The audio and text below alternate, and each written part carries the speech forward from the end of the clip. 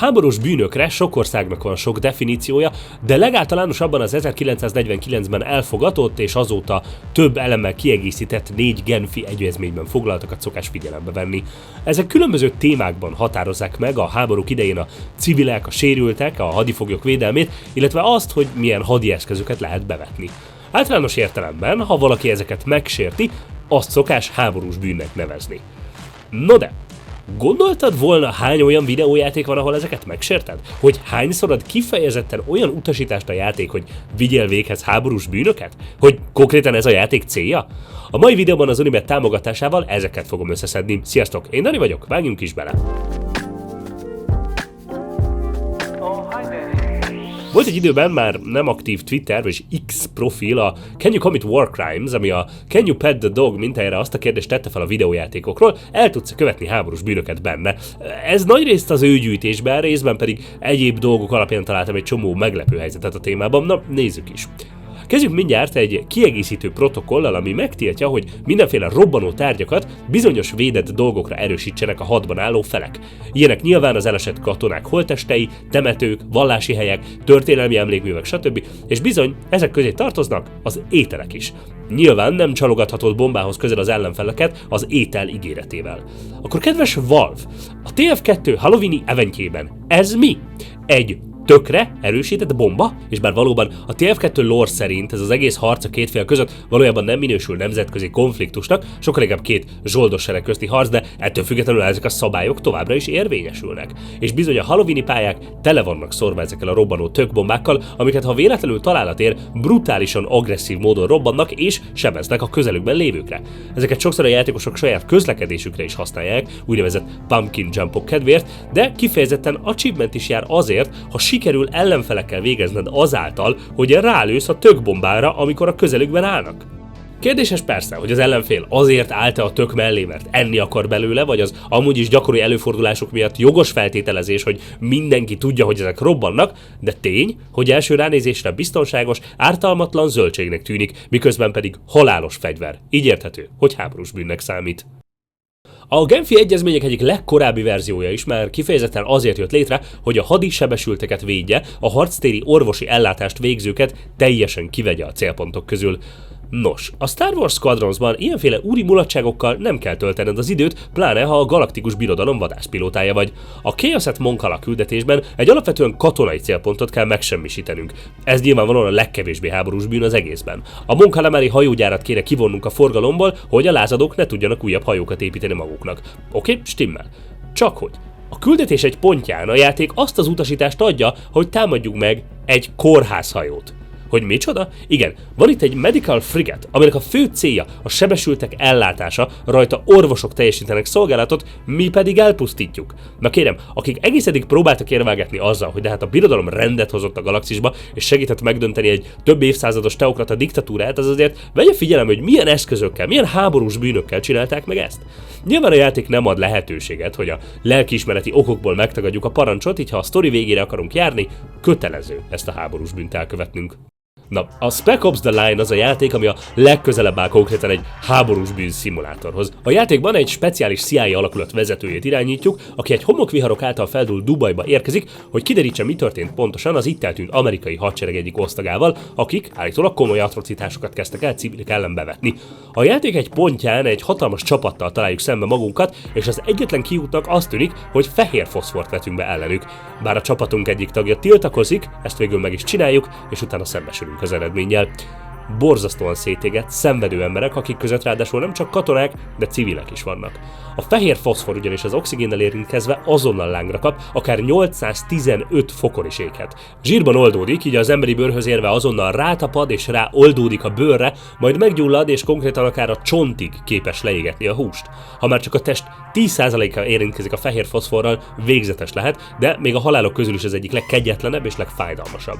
Mondanom sem kell, hogy ez nyilvánvaló háborús bűn. Önmagában a fehér foszfor használatát nem tiltja a nemzetközi jog, ez igaz, viszont lakott területeken bevetni, olyan helyeken, ahol nem tudod garantálni, hogy emberekkel érintkezik, tilos bevetni, nemhogy közvetlenül ilyennel lőni bárkire, végképp nem civilekre. és még megmagyarázható lenne a játékban, hogy a csapat nem tudhatta, vannak-e ott civilek, de hát épp ezért van korlátozva a Genfi Egyezmény 3-as kiegészítő protokollja alapján, hogy az ilyen jellegű gyújtófegyvernek minősülő anyagokat nem szabad bevetni emberek által elfoglalt helyek közelében.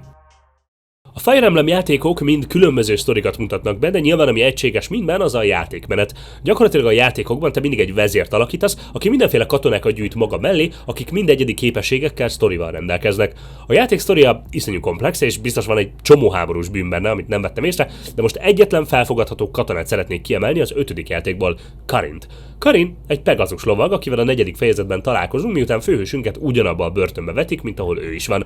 Kiszabadulásunk során belünk tart, és a csapatunk tagjává válik, hiszen ő is egy Pegazus lovas, akiből Pegazus lovag lesz. Nincs ebben semmi fura, végtére is önként csatlakozik a seregünkhöz, nem? Nos, Karin csupán 14 éves. A Genfi Egyezmény pedig egyértelműen megfogalmazza, hogy tilos a gyerekkatonák használata bármilyen fegyveres konfliktusban. 18 év alatt nem szabad besorozni őket, 15 és 18 év között pedig legfeljebb csak önkéntesként vethetők be hadi helyzetekben. 15 év alatt viszont még önkéntesen sem csatlakozhatnak semmilyen hadsereghez vagy hadi formációhoz, és az, aki ezt nem utasítja vissza, háborús bűnt követel. A Hitman játékok többnyire arról szólnak, hogy egy vagy több specifikus célponttal kell végeznünk az adott küldetésekben, ám hogy eközben ezekhez milyen eszközöket használunk, nagyrészt ránk van bízva. És bizony bárhogy is próbálkozunk, időnként elkerülhetetlenül belefutunk abba, hogy a célszemélyeket védő biztonságiak észrevesznek minket, és bár még nem támadnak ránk, gyanúsnak tartanak és felszólítanak a megadásra. Ilyenkor konkrétan feljön egy lehetőség a játékosnak, hogy megadás színlelése, amivel feltehetjük a kezünket, hogy közelebb jöjjenek hozzánk az ellenfelek, mi pedig egy gyors fordulattal mégis rájuk támadhatunk. Nos, az 1977-es első kiegészítő jegyzőkönyv 37. cikke szabályozza a hitszegés tilalmát. Az olyan helyzeteket, amikor az ellenfelet abba a hitbe ringatjuk, hogy egy biztonságos, védett szituációban van, az A alpont pedig konkrétan fel is sorolja a megadás színlelését. Nem hiszem, hogy sokakban kérdés lett volna, hogy a 47-es ügynök nem játszik tiszta módszerekkel, de önmagában ez az egy dolog is háborús bűnnek minősíthető. Az Apex Legends világában Alexander Knox egy zseniális tudós volt, aki elsősorban mindenféle rovarírtószereken dolgozott, amiket a mezőgazdaságban használtak volna fel. Ám egy ponton valami hatására egy kicsit eldurrant az agya, és megelégelte, hogy csak élettelen dolgokon tesztelhette találmányait. Ahogy az egyre durvább és durvább mérgezőszereken dolgozott, teljesen beleőrült, és már nem érdekelte, mit hagynak életben az eszközei. A célja a legpusztítóbb vegyi fegyver megalkotása volt. Létrehozta a magáról elnevezett NOx gázt, ami egy elképesztően korrózív anyag, konkrétan átrágja magát a ruhákon, a bőrön, de még a fében is. Gyakorlatilag egy gázformájú sav, ha úgy tetszik. Azóta beállt az Apex Legends versenybe, és itt rendszeresen más élőlények, gépek ellen veti be ezt a gázt. Nyilván ez is egy olyan helyzet, mint a korábbi játékok, hogy nem feltétlenül biztos, hogy igazak itt a Genfi egyezmények, hiszen ez még távolról sem nevezhető fegyveres konfliktusnak, ez sokkal inkább egy magánpénzből szervezett zsoldos verseny, szóval lehet, hogy ez már önmagában kimeríti a bűncselekmény fogalmát, de ha arra gondolunk, hogy ez is egy fegyveres konfliktus, a vegyi fegyverek bevetése, tulajdonlása, és hát önmagában a nem megsemmisítése már háborús bűnnek minősül. A Call of Duty sorozat egyáltalán nem idegenkedik a háborús bűnöktől. A játékoknak sosem volt az a célja, hogy realisztikusan és óvatosan mutassa be a háborút, hanem hogy bombasztikusan, vizuálisan és akciódúsan. De az mégiscsak durva, hogy a Black Ops Cold War trailerében nem egy fiktív szereplő, hanem konkrétan egy valós történelmi személyről, Ronald Reaganről raknak be ilyen jelenetet a játékba. Can you stop Perseus? We can, sir. I've already submitted the requisition for my team. Sir, their requests are highly irregular. Most likely illegal if the press gets a hold. What the hell are you talking about? You know who we are? Every mission we go on is illegal. Sergeant Woods, plausible deniability is the backbone of our work. Al, we're talking about preventing an attack on the free men and women of the world. Give Mr. Adler whatever he wants.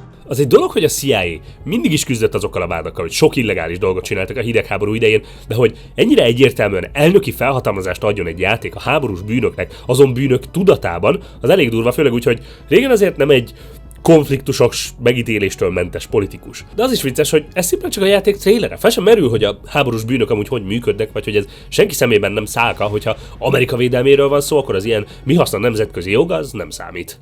A Genfi Egyezménynek egy 1977-es kiegészítő egyezményében szabályozzák az időjárás manipulációt, mert bár az időjárás befolyásolása egyesek szemében összeesküvés elméletnek tűnik, valójában egy létező technológia. A nemzetközi jog szabályozza, de alapvetően engedélyezi olyan helyzetekben, ahol mondjuk természeti katasztrófák megelőzésére vagy mezőgazdasági célokra használják. A Genfi Egyezmény viszont megtiltja, hogy az ilyenfajta időjárás manipuláló eszközöket harcászati célokra használják. Azt hiszem, nem kell sokat magyarázni, hogy milyen könnyen meg lehet bénítani egy hadsereget, ha hatalmas esőfelhőket idézünk feléjük. Hát még akkor, ha abból a felhőből olyan eső esik, ami konkrétan sebzést is okoz. Ismerkedjetek meg a Splatoon 2 Inkstorm fegyverével. A gránátként működő fegyver csupán el kell hajítani, és egy nagyméretű felhő jelenik meg fölötte az égen, ami lassan mozog egy random irányba. Az alatta lévő körben pedig esőt hullajt magából, ami folyamatosan sebzi az ellenfeleket. A játékban nincs fegyver, amivel védekezni lehetne ellene, konkrétan még az esergyő sem kínál megoldást, annak ellenére, hogy ez egy kifejezetten olyan eszköz, amivel pont az eső ellen szokás védekezni, mindegy. A lényeg, hogy a Splatoon 2 világában lehetséges, hogy a Genfi egyezmények nem léteznek, de akkor is speciális időjárás manipuláló gránátokkal támadni az ellenfélre, még védekezési lehetőséget sem adni nekik, de ez egyértelműen háborús bűn kellene, hogy legyen. De térjünk hát megint a Call of Duty-re és a legdurvább háborús bűnre, ami a játék történetében előfordult. Természetesen a Modern Warfare 2 No Russian című küldetéséről beszélünk. Nyilvánvalóan, ami itt történik, az egy terrortámadás. A terrortámadások pedig tekintve, hogy nagy részt, vagy hát szinte mindig civilek ellen történnek, egyértelműen háborús bűnnek számítanak. Csak hogy van itt egy csavar, amit nyilván ismertek, hogyha játszottatok a játékkal. Mégpedig, hogy amikor ezt a küldetést belülről irányítjuk, nem egy terroristát irányítunk, hanem egy CIA ügynököt, aki beépült egy terrorszervezetbe. Nem hiszem, hogy a Genfi Egyezménynek van olyan kitétele, hogy ez háborús bűnnek számít, kivéve, ha épp te csak beépültél, és hogy így az igaz ügy érdekében csináltad. Nem. Bárhogy is próbáljuk kimagyarázni, a tény, hogy egy amerikai ügynök részt vesz egy terrorcselekményben, teljesen irrelevánsá teszi az indítékokat. A helyes eljárás itt az lett volna, hogy megtagadja a részvételt, akkor is, ha ez veszélyezteti a küldetését. Mivel hogy nem tette, és a játékbeli Orosz Föderáció rájött, hogy egy amerikai is volt a helyszínen, teljesen jogos hadüzenetként felfogni a támadást, és jogos retorzió volt az Egyesült Államok inváziója. Na de, a lista helyére hozzunk egy olyan háborús bűnt, amiből effektíve botrány is volt, és a játékfejlesztő a játék megváltoztatására volt kényszerítve. A vörös kereszt egy védett szimbólum. A Genfi egyezmények alapján a fehér háttéren elhelyezett, egyenlő szárhosszúságú vörös színű kereszt egyértelműen az orvosi szolgálatot ellátó egységeket jelöli, és az egyéb cikkek alapján védelmet élvez hadi helyzetekben, ezt már ugye a Star Wars Squadrons kapcsán részleteztem. De most, mint ilyen védelmet biztosító szimbólum, nyilván komolyan korlátozva van a használata a visszaélések elkerülése érdekében. Konkrétan csak az egyes országok külügyminisztere adhat engedélyt arra, hogy a szimbólumot használni lehessen, ő pedig nyilván csak a tényleges orvosi szolgálatot ellátóknak adja meg ezt a jogot. Egy mentőn, kórházon nyilvánvalóan engedélyezett, sőt kifejezetten fontos, hogy fel legyen jelölve a szimbólum egy esetleges fegyveres konfliktus esetén. Na most, akik ezt nem vették figyelembe, azok az Inner Sloth fejlesztői, az Among Us játékért felelős csapattagjai voltak. Az Among Us-ban ugyanis az űrhajó medbéjében, vagyis orvosi szobájában ezek a vörös keresztek voltak a falra festve, dekorációként jelezve, hogy ez egy orvosi szoba. Csak hogy hiába videójáték, a vörös kereszt akkor is védett jelkép, és a visszaéléseket megelőzendő fel is szólították a fejlesztőket, hogy cseréljék a képet. Azóta egy kék kereszt jelöli a játékban az orvosi szobát. Érdekes amúgy a helyzet, mert nyilván nem az Among Us az egyetlen, akik vörös kereszttel jelölték az orvosi dolgokat. Rengeteg játék van, ahol medpackek, hílelő karakterek vörös kereszttel vannak megjelölve. Fontos megkülönböztetés, hogy csak akkor minősül ténylegesen védett szimbólumnak, hogyha fehér háttéren vörös kereszt van. Ha nincs háttér, vagy nem vörös a kereszt, akkor okés a használata, viszont nem is élvez feltétlenül védelmet a hadszintéren. Igen, ez egy kicsit bizarr epizód volt, tudom, de úgy gondolom, hogy nyilván egy kicsit túlértelmezem a játékokat, szóval hogy azért részben ez nyilván poénra van véve, viszont közben legalább mindannyian kicsit többet tanulunk a Genfi egyezményekről, meg arról, hogy a játékok fejlesztői és írói milyen szabadon értelmezik ezeket a cikkelyeket. Érdekes belegondolni abba, hogy a videójátékokban hányszor követünk el úgy háborús bűnöket, hogy bele sem gondolunk, hogy ezek amúgy komolyan szabályozva vannak a hadszintéren. Ti melyiket követtétek el tudtatok nélkül? Esetleg volt olyan játék, amiben észrevettétek és kényelmetlen érzéseket okozott? Beszélgessünk a kommentekben, vagy a Discord szerverünkön, ez linket találsz a leírásban. Ne feledd, hogy azért is érdemes ide a Discord szerverre feljönöd, mert itt értesítést kaphatsz mindig a legújabb videókról, meg persze a streamekről is, amik most már rendszeresen szoktak lenni. És igen, ha halljátok a hangomat, megint egy kicsit lebetegedtem, bocsi, most lesz egy pár ilyen orrhangos videó, de már jól vagyok, csak hát be van dugulva az orvoszal, ilyen a hangom, de mindig most is segít, hogyha lájkoltok, feliratkoztok és kommentáltak, várlak titeket legközelebb is. A csatorna támogatója az Unibet.